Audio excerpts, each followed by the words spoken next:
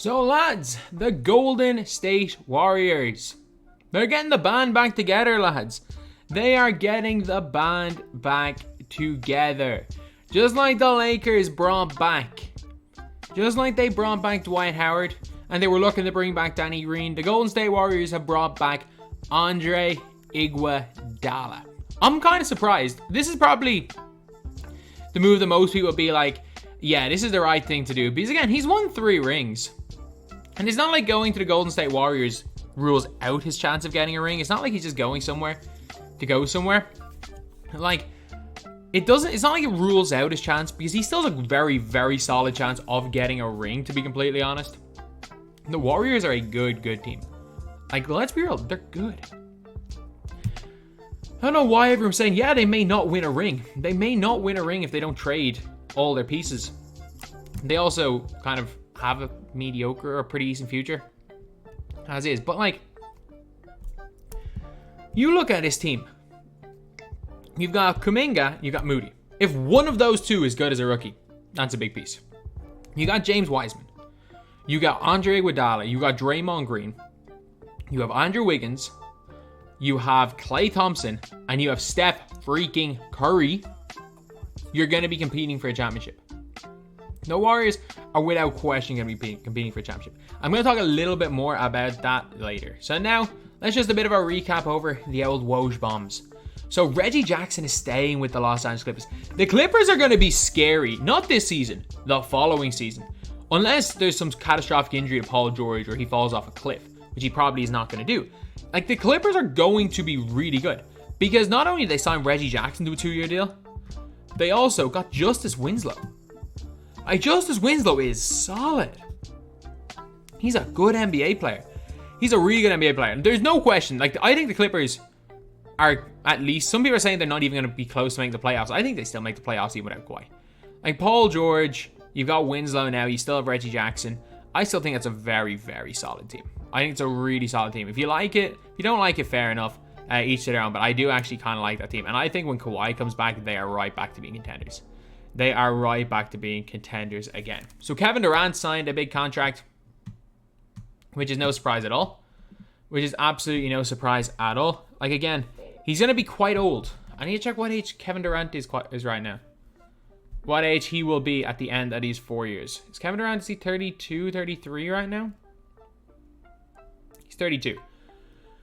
So his birthday happens to be the same day as my birthday, which is kind of funny. September the 29th. But he's about to turn 33 in a month. He'll be 37 at the end of his 4 years. Obviously, it's a no-brainer. You sign him to whatever contract he wants if you're Brooklyn. But again, he will be quite old at the end of the contract. But he's earned it. He is arguably the best basketball player in the world. And that's something that I think I actually might do as a series. And I think the reason why the best basketball player in the world debates are so big right now is there's about 5 players in the world you can make a legitimate argument. I think you can make a legitimate argument. LeBron James, Kevin Durant, Luka Doncic, Giannis Antetokounmpo, and I don't know.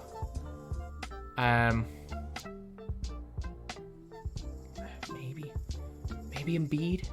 I think, did I already say Steph Curry?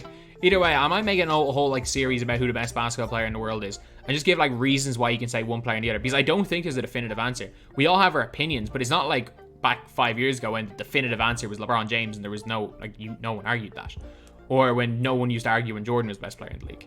But there is no definitive answer. A little bit like the 2000s where some said Kobe, some would say Duncan, late 2000s some would say LeBron. Like, it's almost getting, and then a few people would chip in with Wade. It's getting to that stage in terms of the NBA. One question is though, how did the Memphis Grizzlies get 2 first rounds for Grayson Allen? I don't mind Grayson Allen. And I actually, it's Milwaukee. It's Milwaukee. Oh, sorry. 2 second round picks. Okay, thank God. I was very confused at this one. I'm like, how did they get... I actually really like Grayson Allen in Milwaukee. Again, not a big fan of the tripping. I don't think he's tripped anyone since he's been in the NBA, but I actually do like him for the Milwaukee Bucks. He's an 8th man off the bench who might hit some shots. That's kind of what they need for next year. And then other than that, not much really happened. Like Javonte Green returning to Chicago Bulls. really not that relevant. Really not that relevant. But now on to, again, the old Golden State Warriors with how good they are. Things have gone under the radar. First of all, they signed Nemanja Bjelica. Is he past his best? Probably. Like, Nemanja Bjelica is probably past his best. But he can shoot. If they need him to play a little bit as a 5, he can play a bit there, especially if you play him beside Draymond. And he can shoot. Shooters are hard to come by in the NBA, and he shoots. Again, is he going to be this spectacular player? No. Like, there's a reason why the Lakers were trying to trade Kyle Kuzma for him back in the day. Back in 2020. There's a reason why they were trying to trade Kuzma for him. Again, Kuzma's worth almost nothing. But Bjelica is a good player. He is a really good player. He's not going to be this be-all and end-all player. He's not going to be the difference really between them winning or losing a championship. But he's going to help them. But this guy can help. This guy can really help. Otto Porter Jr. Giving Otto Porter a max contract was one of the just craziest things that has happened over the last half decade. But at the end of the day, Otto Porter can play. Like, he was one of the better players in his draft class. I actually thought that the Cleveland Cavaliers should have taken him number 1 because I thought he would have worked really well with LeBron James. Then again, they took Anthony Bennett, but they looked into the number 1 pick the next year. That was my, I remember I wrote some, I was like 16, and I can't remember one of those like article websites where anyone can post anything. They wrote an article based on the 2013 draft and said that he should have gone number 1. He is a really solid glue guy. He does a job. He'll hit shots. And that is what the Golden State Warriors need. Because let's be real. Andre Iguodala is going to come off the bench, as usual with Golden State. But he knows the system. He's someone that can come in and can make an impact. He knows what he's doing. He knows the system Golden State want to run. You've got Clay, you've got Steph, and now you've got you've got these 4 guys.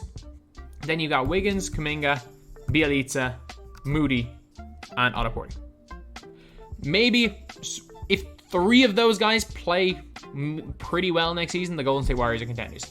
Are they favorites in the West over the Lakers? Now that's an interesting one. It all depends on how Klay Thompson comes back. Because I believe the Warriors system is one of the most underrated things. A lot of people talk about, Warriors just have the players. We can't forget in 2016, the Warriors beat the Houston Rockets in the first round without Steph, who was the unanimous MVP. Like, you can't forget that. Golden State swept the Portland Trailblazers in 2019 without KD. With these guys. Like, the Golden State Warriors team now, like, Steph is equally as good as he was in 2019. Draymond had a bad year in 2019. He's not that much different. Obviously, Iggy's not quite as good. But if Klay Thompson is somewhat of Klay Thompson, I don't think he will be. But I think Klay might be Klay on the offensive end. I don't think he's going to be defensive, as good as he was defensively. I still think this team could surprise people. I don't think the window for them winning a championship is closed. I still think they can. Is it likely? No. At the end of the day, it's not likely. They are probably... Again, they're in that Miami Heat category. Like, there is like the championship favorites, Brooklyn Nets. Maybe the LA Lakers. I'm reserving the right to judge the Lakers until we actually see them play. Because if it works, yeah, they have so much talent. If it doesn't, it doesn't. But you've got Brooklyn. And then you've got kind of Milwaukee as the like neck. For me, it's like Brooklyn on the top. Then it's like Milwaukee, LA. And then a tier below them is like Miami, Philadelphia. I think Golden State's in that tier. Phoenix is in that tier of teams that it would be a shock if they won, but they can win. That's the kind of level I think it is Golden State team.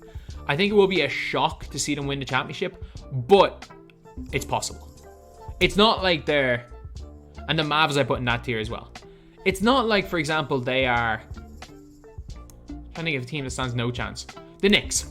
The New York Knicks are going to make the playoffs. The Chicago Bulls are going to make the playoffs. Like, they're going to be solid NBA teams. Like, they're probably going to be 4 or 5 seed maybe respectively in the Eastern Conference. But, like, neither of them are winning. Neither of them are winning anytime soon. But yeah, that's pretty much it. Let me know what you guys think about Golden State just getting the band back together. That's the video. Thank you guys for watching. Please like, comment, and subscribe.